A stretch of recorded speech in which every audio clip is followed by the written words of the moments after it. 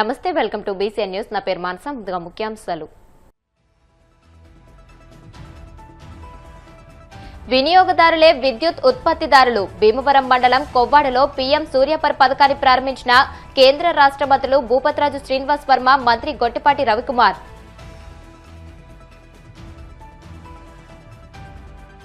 రైతులందరూ ధాన్యాన్ని ప్రభుత్వ కొనుగోలు కేంద్రాల్లోనే అమ్మాలన్న మంత్రి నాదెండ్ల. చివరి వరకు ప్రతి ధాన్యం గింజను కొనుగోలు చేస్తామని స్పష్టీకరణ. పేదలకు ఇళ్ల పంపిణీ పేరుతో చంద్రబాబు మరో కొత్త డ్రామాకు తెరలేపారు. తీవ్రస్థాయిలో విమర్శలు గుప్పించిన మాజీ మంత్రి కాకాని గోవర్ధన్ రెడ్డి. మూడో రోజు ఘనంగా వాడపల్లి వెంకటేశ్వర స్వామి దివ్య కళ్యాణోత్సవం.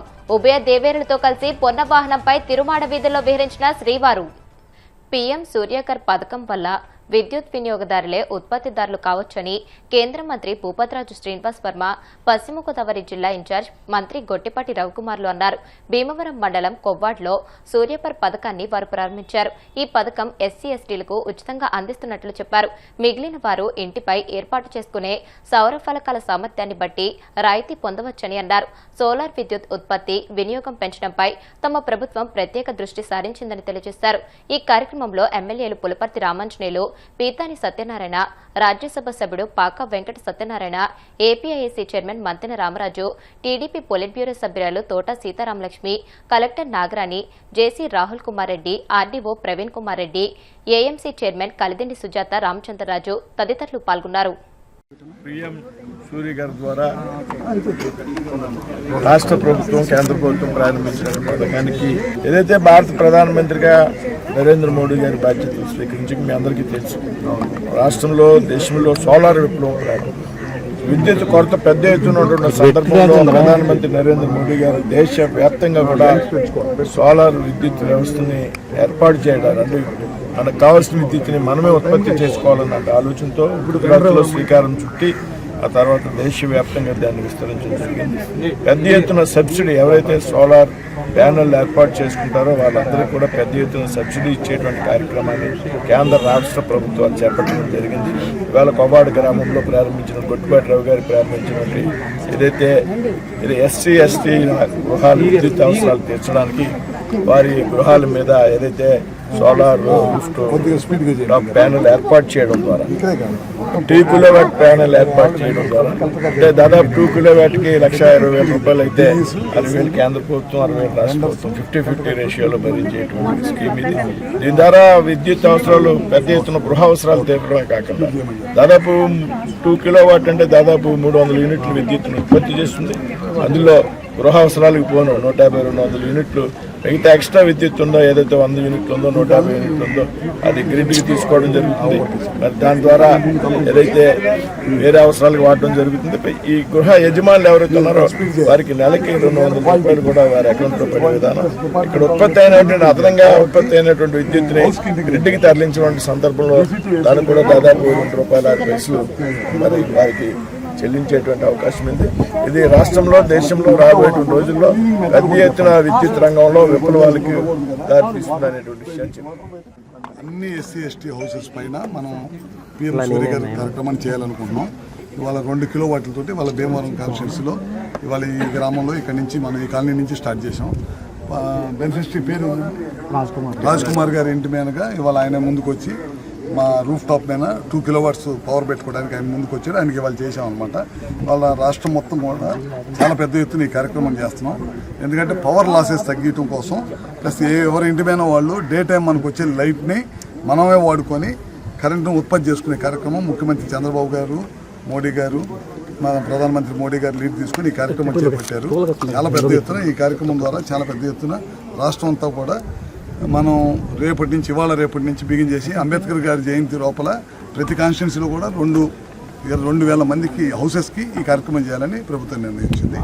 తద్వారా ఈ కార్యక్రమం చేస్తాం. రాష్ట్రం మొత్తం ఇప్పుడు మొదలు పెట్టేసాం. అన్ని హౌసెస్ ఎవరైతే కన్సర్న్ ఇచ్చారో మా ఇంటి మీద పెట్టుకుంటామని ఇచ్చారో వాళ్ళందరూ కూడా ప్రతి కాన్స్టిట్యున్సీకి 4,000 కనెక్షన్స్ నుంచి 6,000 కనెక్షన్స్ తగ్గకుండా ప్రతి నియోజకవర్గంలో శాంక్షన్ చేశాము. 1 కిలోవాట్ 2 కిలోవాట్లు చేశామంట. 2 కిలోవాట్లకి 60,000 రూపాయలు కేంద్ర సబ్సిడీ ఇచ్చింది, మిగతాదంతా రాష్ట్ర ప్రభుత్వం భరాయించుకుంటూ ఈ కార్యక్రమం చేపట్టామన్నమాట. ఎవరైతే ఇళ్ల మీద పెట్టుకోవడానికి వాళ్ళ కన్సర్న్ ఇచ్చారో మాకు వాళ్ళందరూ ఇల్లు చేస్తున్నాము. నెక్స్ట్ బెనిఫిషరీస్ ఎవరన్నా కనుక ముందుకు వచ్చి పెట్టుకుంటామంటే వాళ్ళు చేస్తాం అనమాట.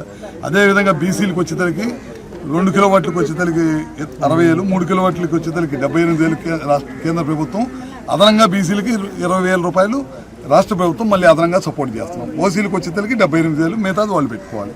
దీని ద్వారా ఏంటంటే 25 సంవత్సరాల దాకా మనం మన ఇంటి మీదనే ఈ కరెంటు ఉత్పత్తి చేసుకొని మన ఇంటికి వాడుకోవచ్చు.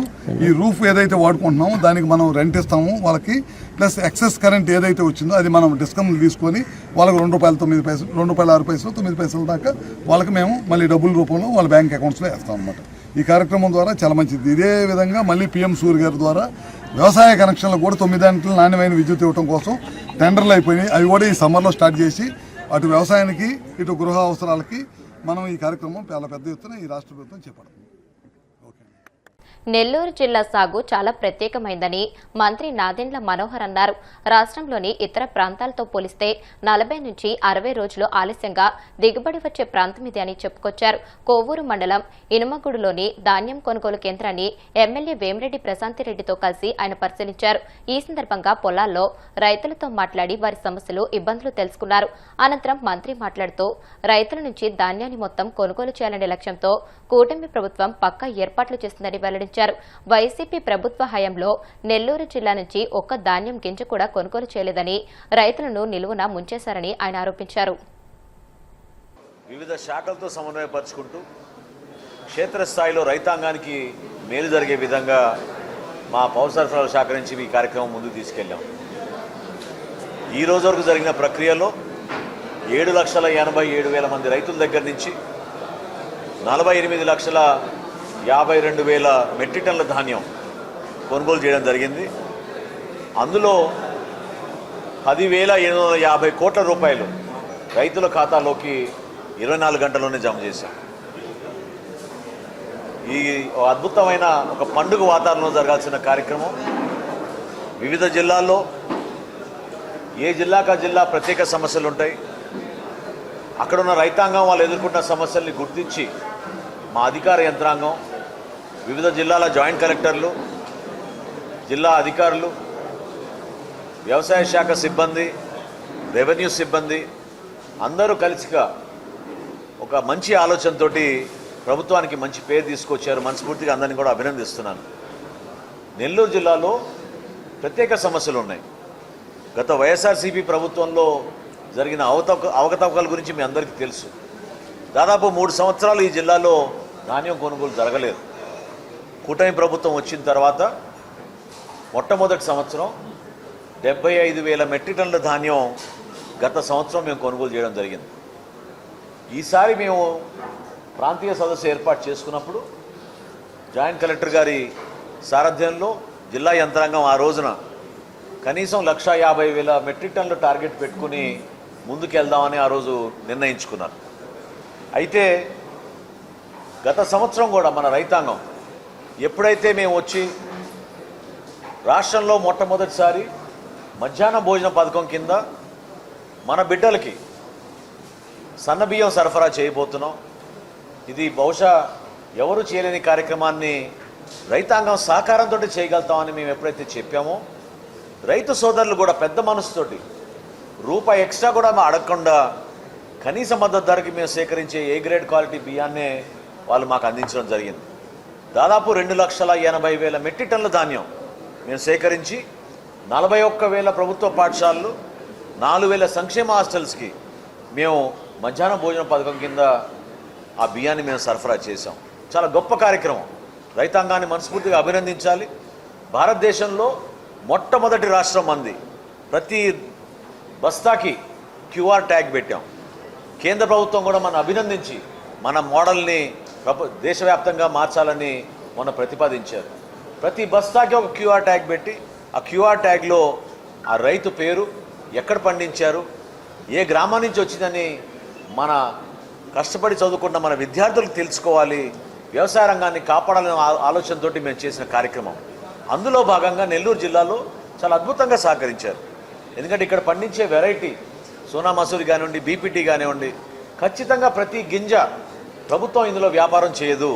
ఇది అంతిమంగా మన బిడ్డల కోసం, మనం ప్రభుత్వ పాఠశాలలో మధ్యాహ్న భోజన పథకం కింద వాడడానికి కోసం ఏర్పాటు చేస్తున్న ఈ కార్యక్రమాన్ని సహకరించమని ఆ రోజు నుంచి కూడా మేము రైతాంగాన్ని కోరినప్పుడు 100% ఈ సంవత్సరం ఈ సీజన్లో 2 లక్షల మెట్రిక్ టన్నుల ధాన్యం కొనుగోలు చేయడానికి నెల్లూరు జిల్లాలో మా యంత్రాంగం సిద్ధంగా ఉంది. రాష్ట్రంలో పేదలకు ఇళ్ల పంపిణీ పేరుతో చంద్రబాబు మరో కొత్త డ్రామాకు తెరలేపారని నాయుడుపేట సభలో ఆయన చెప్పిన అబద్దాలే అందుకు నిదర్శనమని మాజీ మంత్రి కాకాని గోవర్ధన్ రెడ్డి మండిపడ్డారు. గతంలో ఇళ్ల పంపిణీ పేరుతో పేదలపై భారం మోపిన చరిత్ర చంద్రబాబుది అయితే వారికి 12,000 కోట్ల రూపాయలు రాయితీ కల్పించి ఇళ్లను నిర్మించి ఇచ్చిన చరిత్ర జగన్దని గుర్తు చేశారు. ఆయనపై సీఎం చంద్రబాబు నిస్సిగ్గుగా అబద్దాలు వల్లివేస్తున్నారని ఆక్షేపించారు. ఒక మాట చెప్పాడు, 2029 అంటే ఇంకొక 3 సంవత్సరాల టైం ఉంది. ప్రతి పేదవాడికి ఇల్లు కట్టించడమే మా లక్ష్యం. తిరుపతి జిల్లాలో 15,659 ఇళ్లు నిర్మిస్తున్నాం. ఇప్పటి వరకు 5,50,000 ఇళ్లు నిర్మించేశామని చెప్పాడు. నేను అడుగుతున్నా, 2014, 2019 మధ్య నువ్వు ముఖ్యమంత్రిగా ఉన్నావు, ఎన్ని స్థలాలు ఇచ్చావు, ఎంతమందికి ఇల్లు కట్టించావు అనేటువంటిది నువ్వు చెప్పగలవా చంద్రబాబు? చెప్పేటువంటి ధైర్యం ఉందా? చెప్పడానికి నీ దగ్గర ఆధారాలు, రికార్డులు ఉన్నాయా? అదేవిధంగా ఈరోజు నువ్వు 21 నెలల్లో 5,50,000 ఇల్లు కట్టానని చెప్పి మరొక పచ్చి అబద్ధం చెప్పాడు. 2024లో చంద్రబాబు అధికారంలోకి వచ్చిన తర్వాత ఎక్కడన్నా ఒక్క ఇంటి నిర్మాణానికి భూమి పూజ చేశారా? కనీసం పునాదులు తీయడానికి ముగ్గు వేశారా? ఎక్కడన్నా నువ్వు ఇళ్లు మంజూరు చేసి ఆ పనులు చేసినటువంటి పరిస్థితి ఉందా? గత వైఎస్ఆర్సీపీ ప్రభుత్వంలో ఏదైతే జగన్మోహన్ రెడ్డి గారు ఆలోచన చేసి పేదవాడికి గూడు కల్పించాలనేటువంటి లక్ష్యంతో ఇళ్లు మంజూరు చేసి నిర్మించాడో వాటికి ఫినిషింగ్ టచ్లు ఇచ్చి అప్పుడు ఆగిపోయినటువంటి, పంపకుండా ఆగిపోయినటువంటి ఇళ్ళని ఈరోజు నువ్వు వాటిని పంపిణీ చేసేటువంటి కార్యక్రమంలో చెప్పినటువంటి అబద్ధం చెప్పకుండా మాట్లాడేటువంటి పరిస్థితి ఏర్పడింది. నువ్వే చెప్పావు, వైఎస్ఆర్సీపీ ప్రభుత్వంలో 6,55,000 ఇళ్లు కట్టారు. అర్బన్ దానికి సంబంధించినటువంటి కింద అర్బన్ పథకం కింద ఇచ్చినటువంటి వాటిలో నిధులన్నీ కూడా వాడేశారు. 815 కోట్లు అప్పు పెట్టారు. మంచి ఇళ్లు కడితే వాటిని నాశనం చేశారు. వీళ్ళకి మనసు ఎలా వచ్చిందో అర్థం కాలేదు అని చెప్పి చంద్రబాబు నాయుడు మాట్లాడారు. ఒక మనిషి ఎంత నిస్సిగ్గుగా పచ్చి అబద్ధాలు మాట్లాడతాడు అనేటువంటి దానికి ఈరోజు చంద్రబాబు నాయుడు మాట్లాడినటువంటి ఈ మాటలు ఉదాహరణ. అసలు నువ్వు ఇళ్లే కట్టకుండా, ఇళ్లే పూర్తి చేయకుండా ఈరోజు మంచి ఇళ్లు కడితే వీళ్ళకి నాశనం చేయడానికి మనసు ఎలా వచ్చిందని అంటే, అసలు నీ జీవితంలో నువ్వు ఎప్పుడన్నా మంచి పని చేసావా? ఎవరికైనా 10 మందికి ఉపయోగపడేటువంటి పని జరిగిందా? 10 మందికి ఉపయోగపడాలనేటువంటి ఆలోచన ఏ రోజైనా చేసినటువంటి పరిస్థితులు ఉన్నాయా? కాబట్టి వైఎస్ఆర్ కాంగ్రెస్ పార్టీ ప్రభుత్వంలో 31,19,000 ఇళ్ల స్థలాలు ఇచ్చి 21,75,000 ఇళ్లు మంజూరు చేస్తే 9 లక్షల ఇళ్లు దాదాపుగా పూర్తయ్యాయి. 2 లక్షల ఇళ్లు ముగింపు దశలో ఉన్నాయి. 11,61,000 ఇళ్లు వివిధ దశల్లో ఆ రోజు పురోగతిలో ఉన్నాయి. కాబట్టి వాటికి సంబంధించి నువ్వు ఏదేదో మాట్లాడతా, ఇళ్లకు సంబంధించి మొత్తం మాట్లాడడం. నీకు ధైర్యం ఉంటే దాని మీద ఎవరైనా సరే, తెలుగుదేశం పార్టీకి సంబంధించి చంద్రబాబు నాయుడుతో సహా ఎవరైనా సరే ఇళ్ల నిర్మాణానికి సంబంధించి కానీ, ఇళ్ల స్థలాలకు సంబంధించి కానీ నువ్వు మొదట్లో 2004 నుంచి, 2004 ముందు నుంచి, 2004 తర్వాత రాజశేఖర రెడ్డి గారు వచ్చిన తర్వాత 2004 ముందు నువ్వు ముఖ్యమంత్రిగా ఉన్నప్పుడు ఎంత తేడా కనపడింది? చంద్రబాబు నాయుడు గారు రామారావుకు వెన్నుపోటు పొడిచి అధికారం తీసుకున్న నాటి నుంచి ఈ రోజు వరకు ఇళ్ల నిర్మాణానికి సంబంధించి కానీ, ఇళ్ల స్థలాలకు సంబంధించి కానీ చంద్రబాబు నాయుడుతో కాదు ఎవరితోనైనా సరే చర్చించడానికి వైఎస్ఆర్ కాంగ్రెస్ పార్టీ సిద్ధంగా ఉంది. కాబట్టి ఈరోజు నువ్వు నోరు తెరిస్తే ఏదో ఒక విధంగా అబద్ధాలు చెప్పి వెళ్ళిపోవాలి, జనాన్ని ఏదో ఒక విధంగా మభ్యపెట్టాలనేటువంటి ఆలోచన తప్ప ఇళ్లకు సంబంధించి మాట్లాడడంతో పాటు మిగతా విషయాలు కూడా మాట్లాడాడు. ఏమని మాట్లాడాడు? వైఎస్ఆర్ కాంగ్రెస్ పార్టీ ప్రభుత్వంలో 5 ఏళ్లలో దాదాపుగా 10 లక్షల కోట్ల రూపాయలు అప్పు చేశారు అని చెప్పి మాట్లాడారు. ఒక పక్క కేంద్ర ప్రభుత్వ నివేదికలు, నువ్వు సంబంధించినటువంటి అసెంబ్లీలో ఇచ్చేటువంటి బడ్జెట్లు అన్నింటిలో కూడా 3,31,000 కోట్ల రూపాయలు అప్పు జరిగిందని చెప్పి నీ ప్రభుత్వమే, నీకు సంబంధించినటువంటి ఆర్థిక మంత్రి మాట్లాడుతూ ఉంటే నువ్వు మరలా 10 లక్షల కోట్ల పాట ఏదైతే ఎన్నికలకు ముందు పాడావో అదే పాట, అదే అబద్ధాన్ని మరలా నిజం చేసేటువంటి ప్రయత్నం చేస్తే ఈరోజు మేము చెప్తున్నాం, నీలాగా ఈ 21 నెలల్లోనే 22 నెలల్లోనే 3,40,000 కోట్లు అప్పు చేసి దోచుకోలే, వాటిని జోబులో వేసుకోలే. జగన్మోహన్ రెడ్డి గారి హయాంలో తెచ్చినటువంటి ప్రతి రూపాయికి లెక్క ఉంది. ఆ ప్రతి రూపాయి కూడా ఈరోజు విలువ కట్టి పేదవాడికి ఎక్కడా కూడా ఒక్క రకమైనటువంటి ఇబ్బంది కూడా లేకుండా పారదర్శకంగా అందించాం. దానికి సంబంధించి 2,73,000 కోట్ల రూపాయలు డైరెక్ట్ బ్యాంక్ ట్రాన్స్ఫర్ కింద లబ్ధిదారులకు సంబంధించినటువంటి వాళ్ళ ఖాతాల్లో జమ చేసి వాళ్ళకి అండగా నిలిచాం. మరొక 17 లక్షల కోట్ల రూపాయలు దాదాపు నాన్ డీబీటీ కింద ఇచ్చాం. ఇప్పుడు కాసేపు ప్రకటనలో